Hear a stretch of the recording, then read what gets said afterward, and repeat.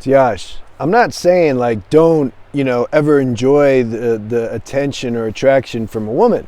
That's impossible. And it would look weird, and it means you're suppressed and there's something wrong. So I'm not saying that. I'm saying enjoy the female attention and attraction, but without needing it. This is the whole thing. Everybody's going to enjoy. Look, if we're in a male body, it doesn't matter. You can be Ramana Maharshi or Buddha or Jesus, etc. You're going to enjoy in that human form. There's going to be some receptivity when a woman, an authentic woman, is giving you some authentic female energy. You're just going to enjoy it like that. So there's nothing wrong with that. And I'm not ever saying don't enjoy. I'm all about enjoying everything. Just everything, because I like enjoying. Why else are we here? I mean, we're here to grow. This is the primary purpose of a human being, is to realize that we're really not a human being, that we're spirit. So this is most important. Second most important, enjoy. This is what we're doing. Like, I like to enjoy all the time, as much as I can. I don't try to limit my joy. And I enjoy authentic females. I even enjoy if they're not authentic. Who cares? I enjoy the female energy. I enjoy because I'm not attached. That's why I can enjoy. If I was hungry for this attention and this attraction, I might enjoy a little bit, but there's going to be some restlessness under that enjoyment because I have an agenda. Because I need her to give me a hit of something or make me feel good, or I have a projection she needs to fulfill, and I want her to be mine, and let's maybe go out later and then have sex. I have this whole thing if I'm in the mode of attachment. But if I'm free, I can just sit and I can enjoy the woman walking by. And then maybe some will flirt, the younger ones. Okay, cool. Whatever, it's nice. But I don't, I'm all about enjoying. So I made a lot of videos talking about transcending female attraction, so I don't want that to get misinterpreted. I'm not a monk, and I'm not a aesthetic, and I don't look at the ground all the time because I'm afraid to look at a woman. Nor do I have any aversion toward a woman. I'm totally accepting and enjoying the female presence and energy. So I want to establish that point. The thing you got to do is when you're looking at a woman, okay, this is next level stuff. This is what I'm saying. The number one thing is growth. Because we can't truly enjoy things unless we're free. We can't get free unless we know where we're obstructed. Okay, so then this is about self-examination. Those who just do an honest introspection and say, like, am I too much needy and attached to this female attraction? Okay, so then you got to examine your motives, because you want to work through that. First, you got to want to work through that.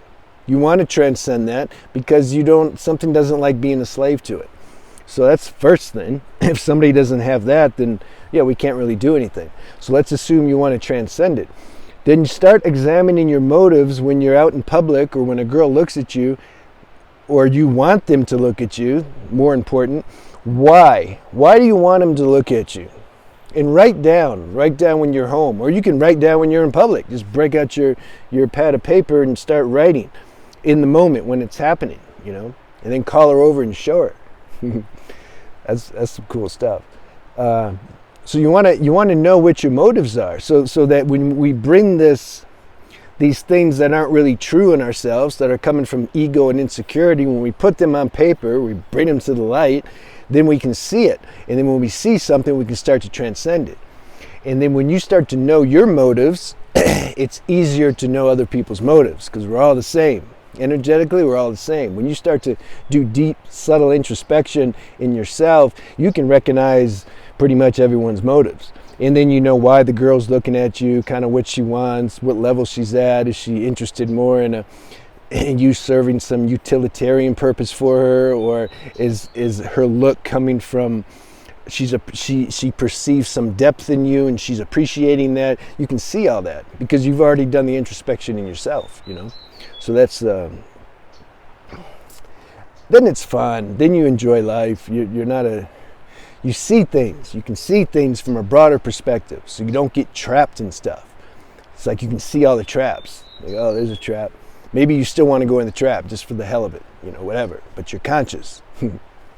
But to really be free of this, to really, really be free, that's what I'm saying. That's why I got to make spiritual videos, because you got to realize who you are beyond this body. There's a power, there's an inner power in us that's not human, it's spiritual, it creates the human.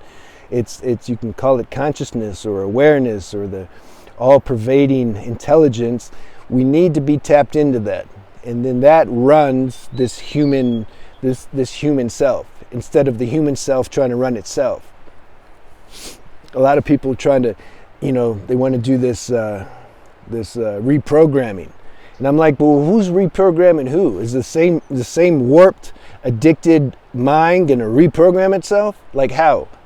You just going to say affirmations like, I'm not attached, I'm not attached. Yeah, this stuff doesn't work, But see, people want easy. They want something easy. Yeah, just let me just repeat some words and affirmations and mantras and let me believe that's going to somehow change me. It doesn't have any real power. You may get a certain temporary reprieve from your addiction or something by doing that, but it's not because of that. It's because you have some hope. You're like, oh, I'm doing something. This is going to work. And then you'll feel, well, this is working, and then it's going to stop working. Because people don't want to let go of themselves. They don't want to let go of their idea and ego construct of who they are and all their little desires and all that stuff. You got to let go of that, and then you'll find your true self is here. And your true self is much more enjoyable than this ego constructed self. That's the whole irony. People don't want to, it's like they're carrying this 100-pound rock around, and somebody says, bro, let that go, man. I mean, this is why are you carrying that rock? Nah, man. Nah, I'm gonna figure out how to be happy while I continue to carry this rock. This is what they're saying. It's like, just let the rock go.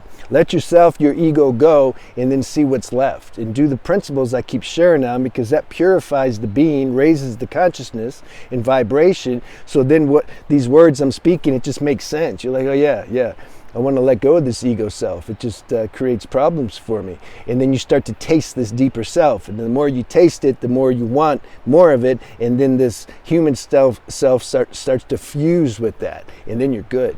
See you later.